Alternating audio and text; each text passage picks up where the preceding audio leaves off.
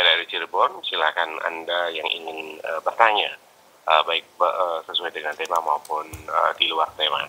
Sudah terhubung bersama saya pendengar Bapak Kiai Haji Aminuddin. Assalamualaikum Pak Kiai. Waalaikumsalam warahmatullahi wabarakatuh. Ya, mangga Pak Kiai, silakan. Assalamualaikum warahmatullahi wabarakatuh. Alhamdulillahi rabbil alamin. Alladzi khalaqal mauta wal hayata liyabluwakum ayyukum ahsanu amala.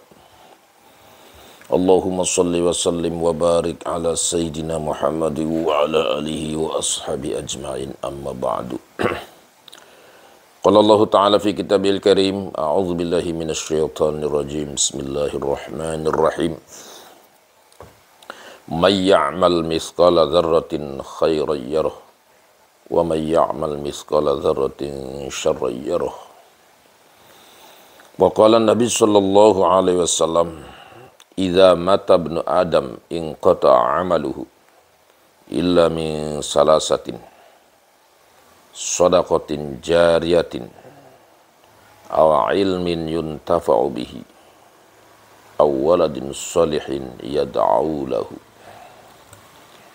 Para pendengar RRI Cirebon di mana saja berada, atau para pemirsa YouTube di mana saja berada, marilah kita sama-sama untuk selalu bersyukur kepada Allah atas segala nikmatnya, terutama nikmat iman dan Islam, nikmat sehat wal afiat.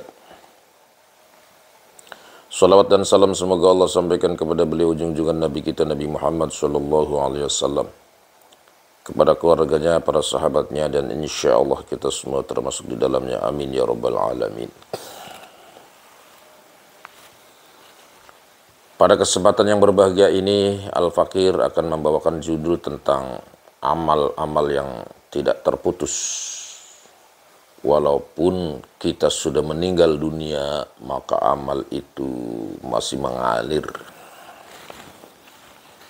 Bahwasanya setiap manusia, setiap makhluk bahkan yang hidup di dunia ini akan dipastikan meninggal atau mati gitu ya, atau wafat gitu ya.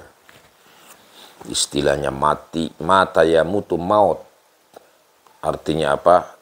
Maut itu ya mati, mati itu diam gitu, karena ruhnya dicabut jadi mati gitu ya. Kalau wafat itu bahasanya nohoni janji gitu ya. Karena orang-orang alim, orang-orang soleh, orang-orang baik itu ruhnya sudah pasti diterima oleh Allah, maka bahasanya wafat gitu. Nohoni janji Allah gitu ya. Nah, kita sebagai manusia yang beriman tentunya semuanya menginginkan gitu ya. Mati itu sebagai pintu dari pintu-pintu surga, dan meninggalkan amal soleh gitu. Bukan hanya sekedar soleh, tapi amal yang tidak putus. Walaupun kita sudah meninggal, tapi amal itu mengalir gitu terus sampai hari kiamat gitu ya. Nah, di dalam Al-Quran juga disebutkan itu ya, may ya'mal mithqala dzarratin khairan yarah wa may ya'mal mithqala dzarratin syarran yarah. Barang siapa yang berbuat kebaikan sedikit saja, itu akan bisa dilihat nanti di akhirat. Bahwa kita nanti di akhirat itu melihat kebaikan kita itu seperti di dalam film gitu ya. Dan itu langsung dirasakan. Begitu juga barang siapa yang berbuat sedikit saja dari kejelekan, maka orang itu juga akan melihatnya. Oleh karena itu, pada pertemuan kali ini, saya akan membahas tentang amal-amal yang tidak putus gitu ya. Walaupun kita sudah meninggal, dan itu dambaan setiap orang. Di dalam hadis Nabi dijelaskan bahwa ada 3 perkara. Apabila anak putu Adam, maka terputuslah segala amalnya, kecuali 3 perkara. 1, sedekah jariyah. Yang kedua, ilmu yang bermanfaat. Yang ketiga adalah anak yang soleh. Maka yang pertama ini adalah proyeknya para orang-orang kaya gitu ya. Orang-orang kaya yang ATM-nya sudah tidak terhitung gitu ya. Atau kalau orang Indramayu yang sawahnya sudah tidak ada galangnya gitu ya, sudah tajir melintir. Maka orang-orang yang kaya raya, yang tajir melintir, yang sawahnya nggak ada galangnya, itu ya selayaknya sudah harus memikirkan mati gitu loh. Harus memikirkan akhirat. Karena dunia ini tidak selamanya kita ini. Dunia ini hanya sekedar mampir, ya. Kita ini sebentar gitu. Maka orang-orang kaya itu harus memikirkan masa depan akhiratnya. Dengan apa? Supaya amal kita tidak putus. Dengan sodaqah jariyah. Bagaimana caranya? Mewakafkan tanahnya untuk pondok pesantren, mewakaf tanahnya untuk masjid, mewakafkan tanahnya untuk gali sumur, mewakafkan tanahnya untuk jalan umum, mewakafkan tanahnya untuk kuburan. Ya, pokoknya untuk yang bermanfaat aja ya, untuk bermanfaat kepada sesama manusia gitu ya. Gali sumur, sumurnya nanti bisa mengalir kemana-mana airnya. Itu juga termasuk daripada sedekah jariyah. Atau nanam pohon gitu ya. Selagi pohon itu berbuah, maka mengalir kepada orang yang dulunya nanam pohon itu gitu.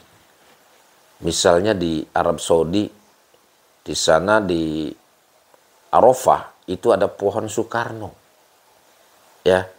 Walaupun Soekarnonya sudah meninggal, tapi pohonnya masih ada, terkenang. Sampai orang wukuf di sana sepertinya bukan padang pasir, sepertinya di pegunungan. Karena apa? Karena ada pohon Presiden Soekarno. Itu juga termasuk jariyah gitu ya.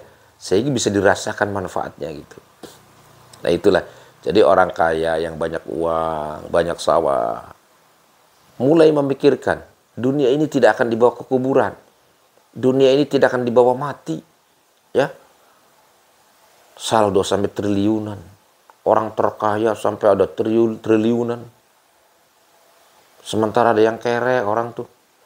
Sepeda aja nggak punya. Ada orang yang hidupnya sampai punya uang triliunan.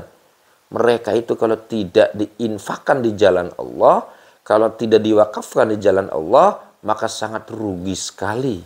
Karena di dunia ini hidup sebentar. Kita ini ibarat orang sedang dalam perjalanan, sedang mampir.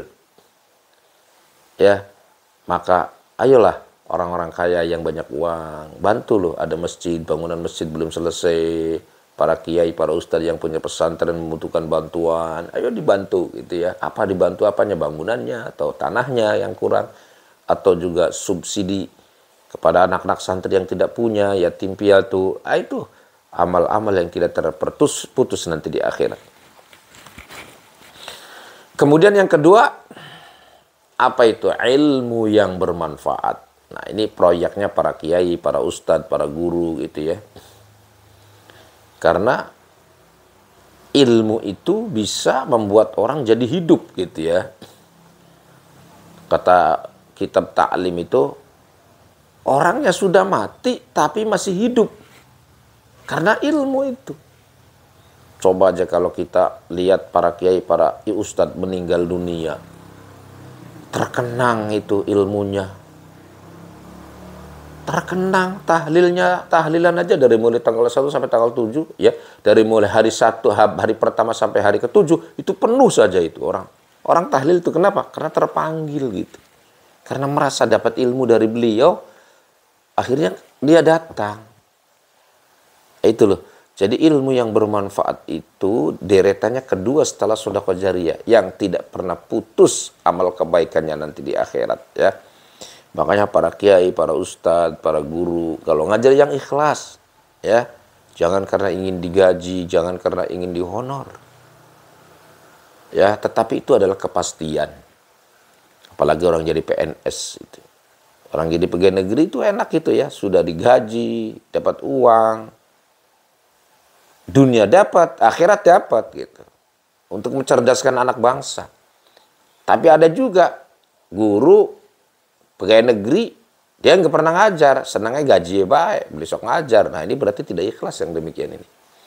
Maka ayolah kita sama-sama, baik itu swasta atau orang-orang yang PNS, ASN, kalau punya ilmu, kita bantu orang-orang bodoh itu supaya hidupnya layak gitu ya.